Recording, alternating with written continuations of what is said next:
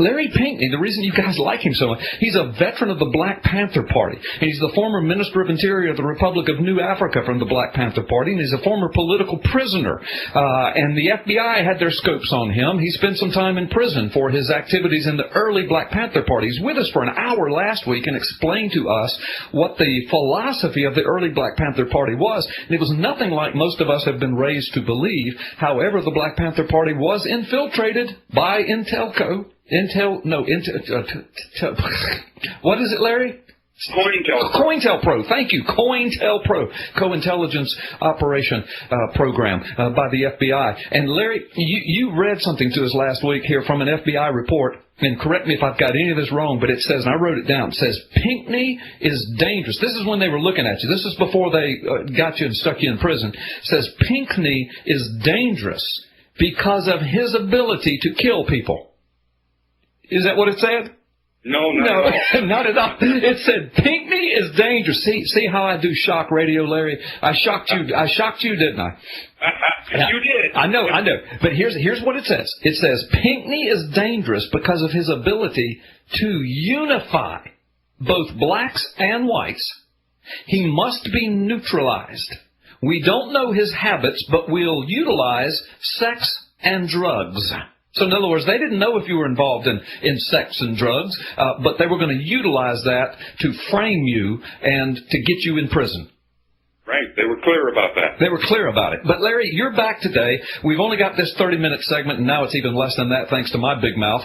But here's what I want to do.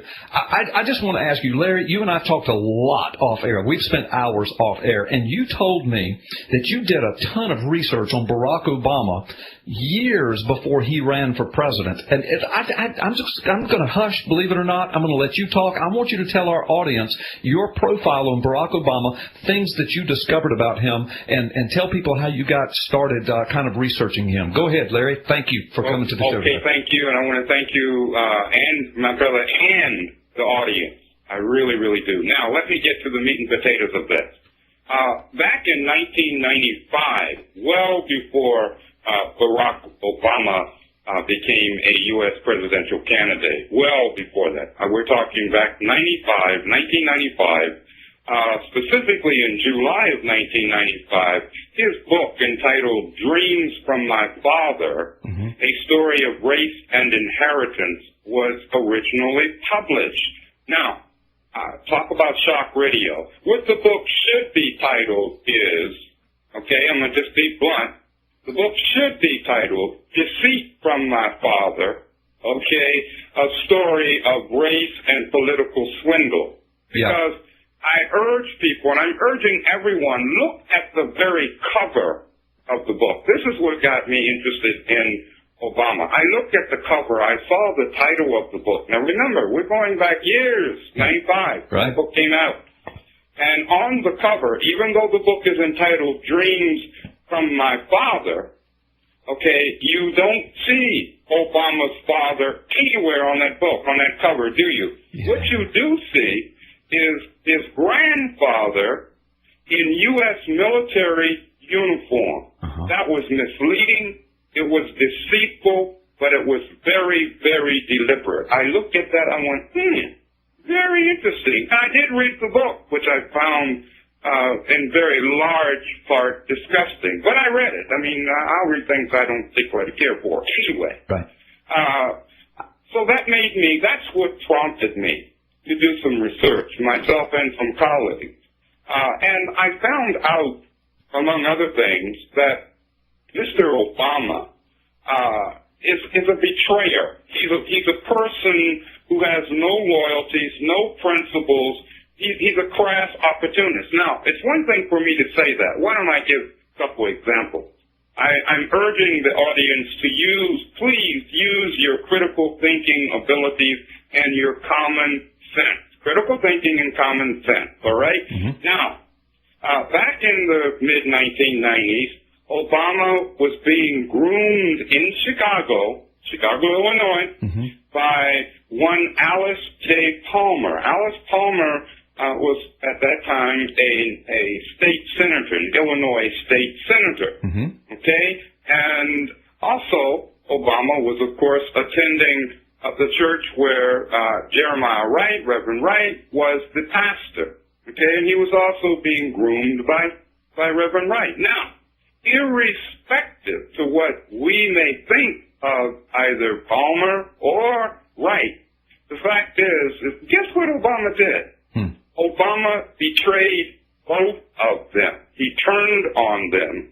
People know about his having turned on Wright and distanced himself and pretending that, he didn't know Wright had made certain comments, blah, blah, blah, yet he was supposed to be a regular churchgoer at Wright's church. Anyway, but people generally do not know about what Obama did to former state Senator Alice J. Palmer. Again, irrespective of what we or you may think of former state Senator Palmer, the fact is that she had groomed, among other people, or with other people, she had groomed Barack Obama to get this guy into politics. And he turned on her. In fact, what he did was he made it so, using quote-unquote supposed fraud, he, in essence, knocked her out of political running. Now, this is a person that was supposed to be his ally and his friend. Right. Okay? Now, I'm asking the listeners to think about this very, very deeply. If Obama would do this, and he did do this, to his allies and his friends, what in the heck do you think Obama will do and is doing to us, just plain, ordinary, everyday people? I go back to my original point, where I said that Barack Obama has no loyalties and no principles, and that he is a crass opportunist. I repeat, his book entitled Dreams from My Father, A Story of Race and Inheritance, should be titled Dreams, or Deceit, rather, from My Father, A Story of Race and Political Swindle. But you see, people didn't pay attention. People didn't do any research, or not enough of us did. We didn't check this guy out and see who and what he really is. You have to make your own assessment. Speaking of assessment, Dr. King, Martin Luther King Jr., said that we need to make our assessment of people based upon what, and I quote, the content of their character, not the color of their skin. Exactly. What does Barack Obama do? In fact, he does exactly the opposite. Yep. He plays some people call it the race card, I call it the color card. Let's be blunt. He plays the color card to the hilt in order to keep people divided and in each other's throats. And then he can run in, and just as he did in the Trayvon Martin case when he said Trayvon could have been his son. Well, excuse me, anybody at a certain age could have been his son. Right. Why would the chief executive and commander-in-chief of the armed forces of this country even make such an absurd statement? And Larry, not only does he play the color card, but everybody around him plays it. And everybody, Holder, all of his people, the media that's around, it's unbelievable. Larry, we got to take our first time out. When we come back, I'm just going to turn it over and let you keep talking, okay? Great, thanks. Thank you for being here. Hey, our guest this afternoon, folks, Larry Pinkney, for the first portion of Freedom Friday with Carl Gallups. Aren't you glad that you're listening today? We'll be right back after this time out. Larry Pinkney is our guest. Larry, thank you for coming back. Listen, I'm going to hush and let you go. Just keep telling your story, and then you and I are going to wrap it up with some good stuff. Okay. I want to say this. I want to reach back quickly to the day, as we would say, back in the day, to Brother Malcolm, El-Hajj Malik El-Shabazz.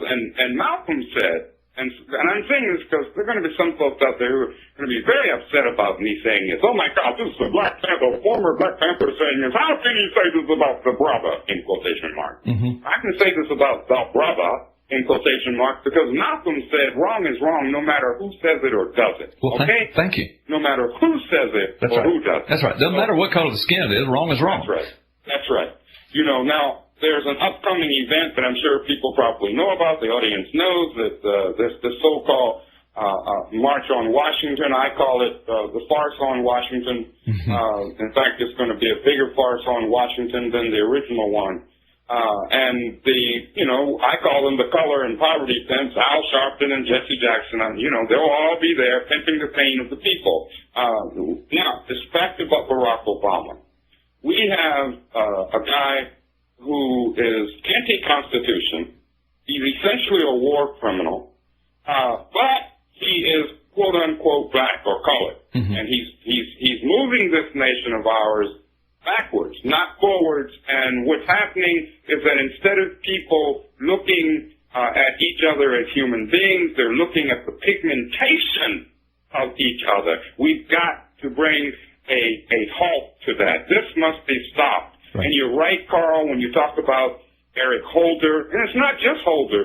Obama surrounds himself with people like this because that's his tactic. That's what he's about. That's what he's always been about, going back to 1995 and no doubt prior to that.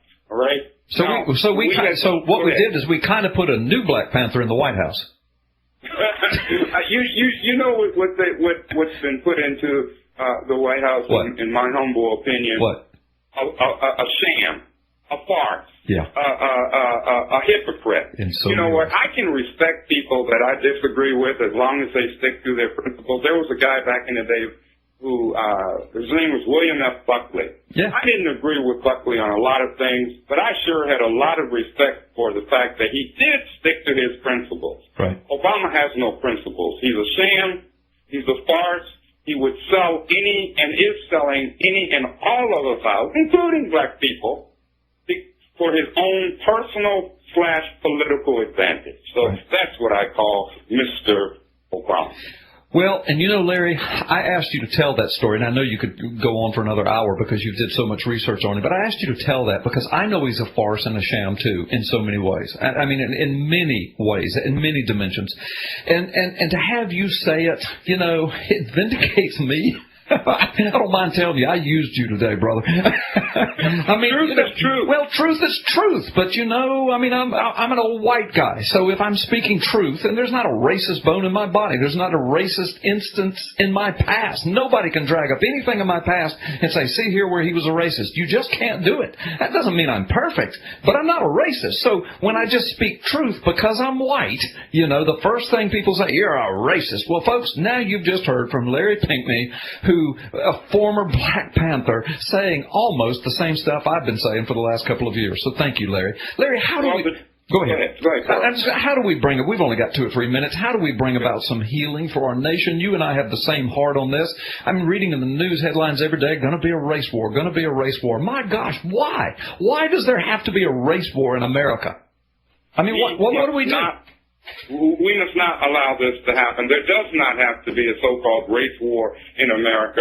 The only war that's going on right now is a war against the American people, everyday, ordinary, black, white, brown, red, and yellow people. The war is against us. It's already been declared, and it's being carried out by our own so-called government, which I put the word own in quotation marks. So, what we have to do as everyday people is we have to reach out directly to each other. The Democrat and Republican parties do not, I repeat, do not want us to do that. They want to keep us on the plantation. That anytime somebody arises that they perceive to be a threat, believe me, they'll come together to, quote, to use the FBI term, to neutralize that person politically. Right. We must circumvent that by reaching out to communicate directly. That's the last thing they want us to do. Yeah. To communicate directly with each other. Sure, we're going to have differences. We should have differences. We're not robots. We're human beings. But let's be honorable. Let's do it with dignity and respect. Let's learn and grow with each other. That's right. Larry, I love the way you think. I love the way you talk. And, when you say communicate with each other and they can't stand it, and that's just what you and I are doing right now to people from coast to coast across this land and all over the world, because people are going to download this tomorrow all over the world. So we're communicating, and the powers that be hate it. Larry, we're going to have you come back on because guess what? We're out of time again. Wow, I love it. I love it. Love you. Stay strong, my brother. My deep gratitude to you, to the show, and to all of your many listeners. Same to you, Larry. Thank you for your gracious, kind, and encouraging words. God bless you, my brother, and we're praying for you. We're going to have you back soon.